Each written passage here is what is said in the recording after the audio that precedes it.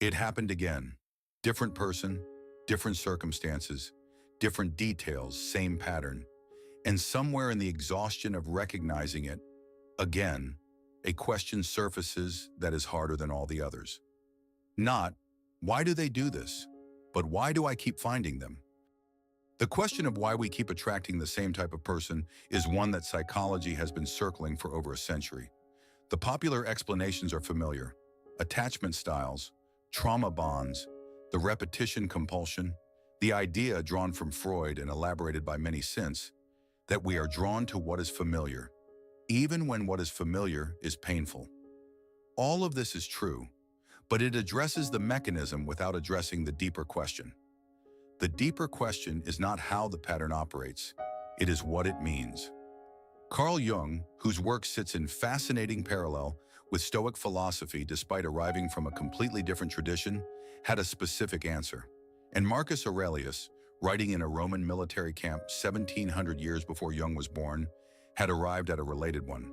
Both of them were pointing at something that is very difficult to look at directly.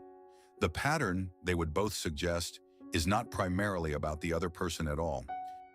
Jung introduced the concept of the shadow, the parts of the self that we have rejected, repressed, or never consciously developed. The shadow is not evil, it is simply unconscious. It contains everything about ourselves that we were taught was unacceptable, dangerous, or unlovable, and so pushed down and out of sight. Jung's observation was this: what we do not acknowledge in ourselves, we project onto others. And what we project, we are drawn to. A person who has repressed their own anger, who has learned that anger is dangerous or shameful, may find themselves repeatedly in relationships with people who express rage freely and without restraint.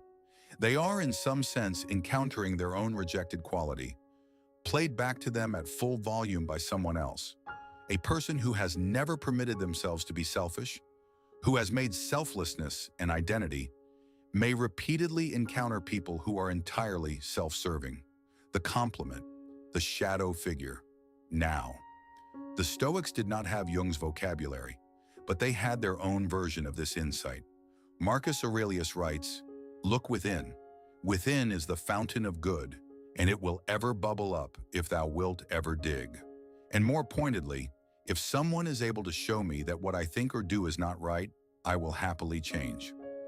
The Stoic practice of self-examination, what they called prosouche, attention to oneself, was not a comfortable exercise. It required looking at the self with the same unflinching clarity they applied to everything else. The pattern in your relationships is information about yourself. That is an uncomfortable sentence. It needs to sit for a moment. The first question worth sitting with, and it requires genuine honesty, is this: what does this person have that you believe you should not? The person who freely expresses anger, who takes up space, who demands attention, who places their needs at the center, what quality are they externalizing that you have forbidden yourself? This is not an accusation, it is an inquiry. Jung's insight was that the shadow's qualities are not inherently destructive. Anger, for instance, is information. It signals boundary violations, injustice, threat. Repressed, it does not disappear. It finds its way out through the people we choose. The Stoic corollary is that self-knowledge, genuine knowledge, not flattering self-narrative, is the precondition for right action. You cannot address in yourself what you cannot see in yourself. The second question is about familiarity. The repetition compulsion, the psychological tendency to recreate formative experiences, operates below conscious awareness. It is not a choice, it is a pull. A person who grew up with a parent who was emotionally unavailable does not seek out emotionally unavailable partners because they enjoy the pain. They seek them out because the dynamic is legible. It is a known territory, however inhospitable. The Stoics address this through the practice of examining one's own judgments, what they called the fantasia, the impression formed about a situation.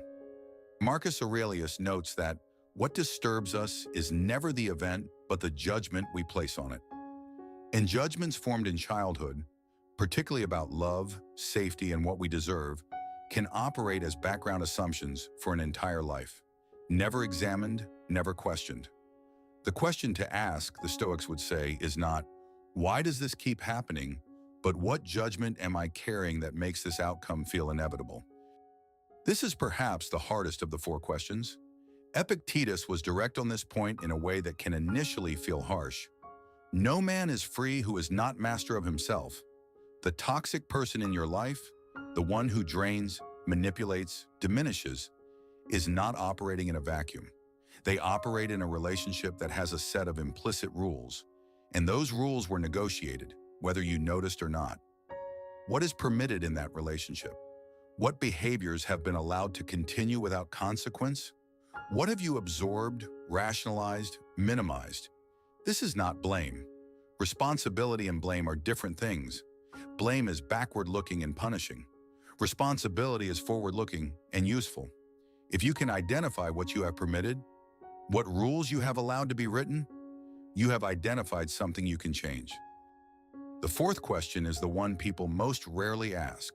Not, how do I stop attracting toxic people? But, what would my life look like if this pattern were gone? The answer sometimes reveals why the pattern persists. For some people, the difficult relationship provides an identity.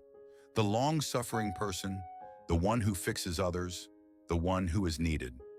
Remove the difficult person and the identity collapses. For others, the relationship provides a distraction from the work of building something. As long as there is a crisis, there is a reason not to create. Jung observed that the psyche resists change even when the current situation is painful, because change means the unknown, and the unknown is more frightening than a familiar pain. The Stoic response is the practice of negative visualization, imagining clearly what changes when the pattern ends, and then asking whether that change is something you are willing to choose. The Stoic and Jungian answer to the question of why you keep attracting the same type of person is not an easy one. It does not locate the problem entirely outside you. It does not say you are simply unlucky or the world is full of difficult people or it is not your fault. It says there is information here.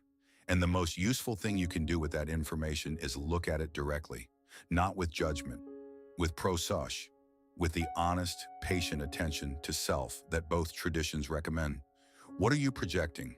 What do you recognize? What have you permitted? And what would you be left with if the pattern ended? The goal is not to become someone who never encounters difficult people. The goal is to become someone who, when they encounter one, has a self that is clear enough to see it and make a considered choice about what happens next.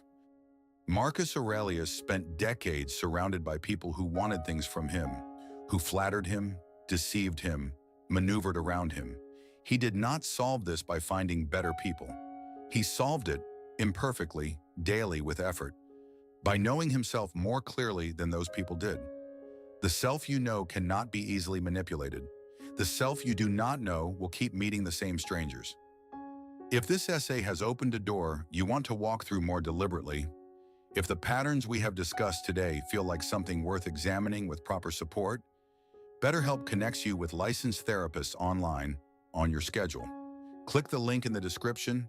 It is not a substitute for philosophy, but philosophy and good therapy practiced together are a formidable combination. Until the next video, be sovereign.